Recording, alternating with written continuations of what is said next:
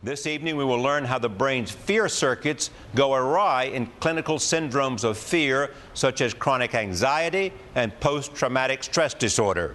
Human anxiety disorders are some of the most common mental illnesses in the country. Nearly 1/3 of all Americans will exhibit symptoms of an anxiety disorder at least once during his or her lifetime. Post-traumatic stress disorder is also becoming more prevalent. More than 40,000 war veterans are currently affected by this illness, with thousands more cases going unreported. Thankfully, progress has been made in understanding the biology of these diseases.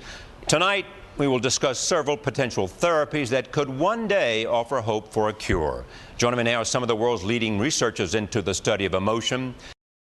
And then there is aggression. There is indeed aggression. And violence. And violence. And one of the key questions which we will consider is to what degree is aggression determined by genes, and to what degree is it determined by behavior, by environmental experience, by interaction with other people, and what can we do to regulate and limit aggression, except when it's absolutely necessary. Emotions can be categorized along the axis of pleasant versus unpleasant, which is sometimes called the valence of the emotion, and how arousing are they. So you can have a negative emotion which is highly arousing, like rage, and a negative emotion which is a low level of arousal, like sadness. And today we're going to focus mainly on those negative emotions that have a high level of arousal associated with them, like fear and aggression or anger. Now, these are very old and powerful emotions. They're essential for the survival of animal species, and arguably they have a stronger influence on us, perhaps, in our day-to-day lives than the positive emotions. It's often said that bad news sells more newspapers than good news, and perhaps that is related to that in some way. So Darwin was really the first person to focus in on studying emotions in man and in animals in parallel, and he wrote a marvelous treatise in 1872 called On the Expression of the Emotions in Man and Animals. And what Darwin showed is that the same emotions that are present in people can also be studied in animals, in dogs, in cats. In fact, Darwin believed that emotions were characteristic and present throughout the animal kingdom. Now, a very important point is that there are really two components of emotion. There's the subjective internal experience of an emotion that we have, and that's what Antonio has referred to as the feeling aspect of emotion. And that's really a subjective state that we can only really study in humans. But what Darwin and others realize is that in animals you can study the outward behavioral expression of emotion. And what Antonio has stressed is that this is what we mean in science when we use the word emotion. It's the observable behavioral expression of emotion, not the internal feeling state. So we see something and we run. That's right. That's the emotion. That's the emotion. In relation to fear, there's one critical structure that you have already talked about here in the previous program, which is the amygdala. Right. And that's sort of an orchestrator of the response. It's a sort of broker. It's a set of nuclei that are in the depth of the temporal lobe. And the amygdala can get signals from vision, for example, or from hearing, and will generate a certain set of responses. And the responses will go especially to the hypothalamus and to the brain stem.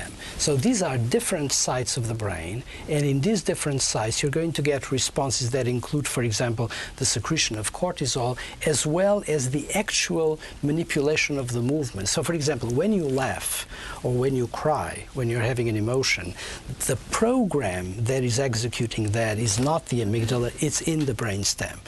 Now, where you're going to get the picture, quote unquote, of what is happening in the body is in a part of the brain called the insular cortex. It's really a little island, as the name indicates, of cortex that is buried in the depth of both frontal and parietal lobe.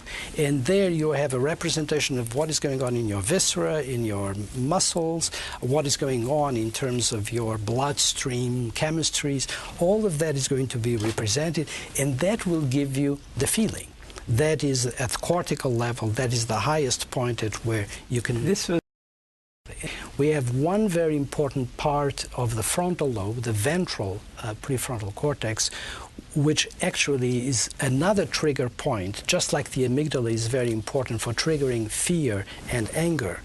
The ventral prefrontal cortex is extremely important to trigger what we call moral emotions. And emotions, for example, such as moral indignation or compassion or embarrassment or shame. And finally, there's another region of the prefrontal cortex which actually can modulate the emotions. And here's the point at which your own volition, your will, can impose itself on the way the emotion is being carried out. So you have some way of modulating the emotion. And what a number of imaging studies have now shown, when we actually ask what is wrong with the brain in anxiety disorders and fear-related disorders, it seems that the amygdala is one of the hot spots of the brain that is activated in these human patients. And so what we can think about there is that the disorders of anxiety and fear together make up the classes of disorders where fear seems to be out of control. And there are anxiety-related disorders, and these we sort of cluster together in a group called generalized anxiety disorder. This is really chronic disorders made up of worry and guilt, highly comorbid with depression, very hard to separate from depression. The second class of disorders is fear-related disorders, and what's particularly exciting about this is that thinking about it in this way is only relatively new in maybe the last couple decades in psychiatry, in part by the work, because of the work by people like Joe LeDoux and others focusing on the biology of fear.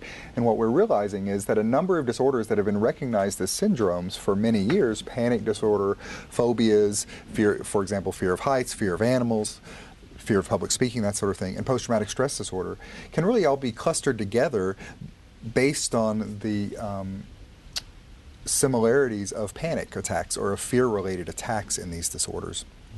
So if we focus then on what is a panic attack and what combines these disorders clinically, if you ask someone, see someone who's had a panic attack, they'll say, I couldn't catch my breath, my heart was beating, my stomach was I was going to die. I thought I was going to die. And so what it seems to be is that it's this whole hardwired fear reflex that's been so nicely explained here, but it seems to be out of control. Whereas you have this then cognitive interpretation of these symptoms that we've talked about laid on top of it. So that's what seems to tie the fear-related disorders together in a way that's different from anxiety disorders and allows us really to focus on how they work differently. Right, so several points to make, I think, along these lines. First of all, we can ask, we've talked a lot about the hyperactivation of the amygdala in fear-related disorders, and we can ask, if you treat them, what happens? And if you do imaging studies and look at how someone's brain responds before treatment when they're very anxious or afraid, and afterwards, it turns out that most treatments decrease the amygdala activity. Our two main classes of treatments currently, and we'll talk about future ideas in a minute, are medication and psychotherapy. And it turns out both of these kind of approaches decrease amygdala activity, but in a different way, we think. And so the medications primarily being used are the classic antidepressant medicines that people are currently in that kind of our lexicon, the Prozacs and Zolofts and those sorts of things. Those tend to work best for the generalized anxiety type disorders that I was talking about, mostly the worry, the guilt, the things that are associated with depression. They work for about maybe 50 to 70% of the people with general anxiety disorders, but they don't tend to work nearly as well for the specific fear-related disorders like the phobias and the panic disorder and the post-traumatic stress disorder. For the fear-related disorders, the psychotherapies seem to be much better. So Aaron Beck, a number of years ago, identified a whole host of cognitive behavior treatments, and people like Edna Foa have done a lot more progress on that recently, showing that exposure therapy tends to work particularly well in people with fear-related disorders. And what exposure therapy is where we essentially teach the brain to no longer be afraid. In a rat model, if we did what we call extinction of fear, and this came, again, the same Pavlov, I coined the term extinction over 100 years ago, and what he would do is take the dog that was now afraid of a cue or the dog that was salivating with the positive cue and give them the cue over and over again in the absence of the reinforcer, whether it's the positive thing or the negative thing. And then they lost the fear.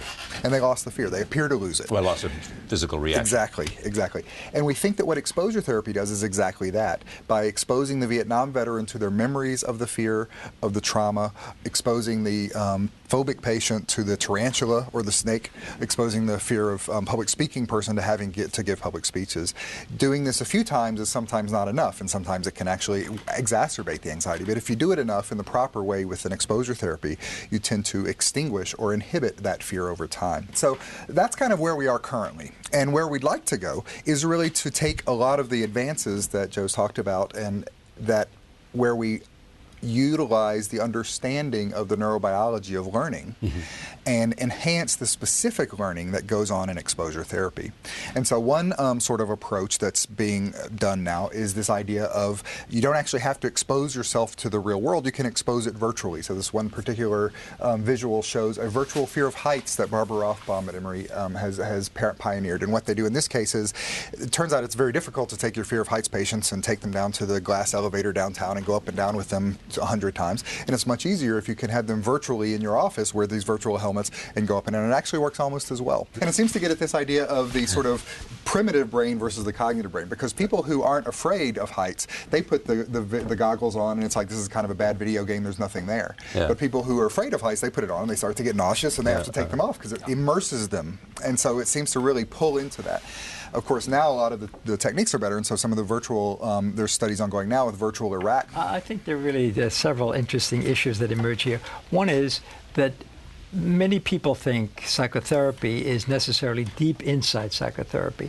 It turns out from Ehrenbeck on, a number of people have developed psychotherapies that are behavioral therapies, that are designed not necessarily to tell you how your mother and father affected you, but to tell you how to adjust yourself to the here and now.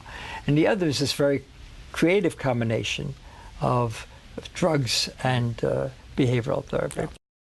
So here's an important example of an environmental influence on aggression. Now, that doesn't mean that genes are not involved in this effect. So as we heard from Joe LeDoux earlier, the environment can act on neurons to turn genes up or to turn genes down. In people, for example, and Kerry alluded to this earlier in his discussion, childhood trauma has an extremely important influence on how aggressive you are. So there's an example of a mutation in a gene called monoamine oxidase, which predisposes people to aggression, but much more so in people who have been exposed to childhood trauma as infants. So there's a clear, and young adults, a clear interaction here of heredity on the one hand and environment on the other hand, so the two go hand in hand. One shouldn't really think of nature and nurture as being different things. I think this is a beautiful example of that interaction. And this is such a profound issue, because if you think of this, the capability for doing harm is built into all of us. And it's really society that guarantees which way we go. And we can be socialized to be aggressive against an alien group, or we can be socialized to be respectful of foreigners. And to understand how this works on a biological level is going to be extremely important. Do profound lessons come out of this for parenting? Yes, because early experiences are so important for children. Being with your child, taking care of the child, protecting them is essential. The early trauma is not just predictive of aggression, but PTSD, depression, almost everything. Many, many things.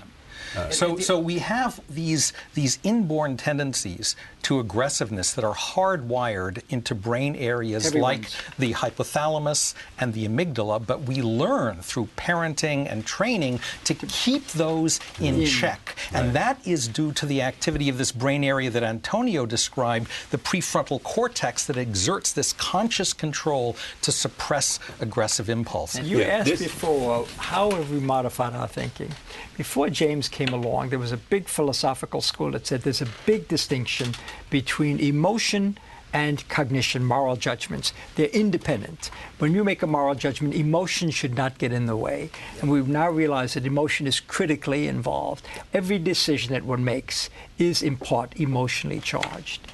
And these decisions are influenced by social interactions. So part of what happens, I think, in genocide, for example, is that it becomes socially acceptable to do for one group things. to do terrible things to another group, to dehumanize them. How is that now? I'm just make that leap so that I understand. So the interactions between groups of people socially help to take the brakes in the brain off the violent impulses. And then the more people that do it, the more acceptable it becomes, the easier it is for other people to relieve the brakes in their own brain. The way the Nazis did it is simply to say, look, the Jews and the Gypsies are not human. They're subhuman people. They're vermin. Yeah. We want to cleanse society. Or the Tutsis are cockroaches in Rwanda. Yeah, that's what they say. Right.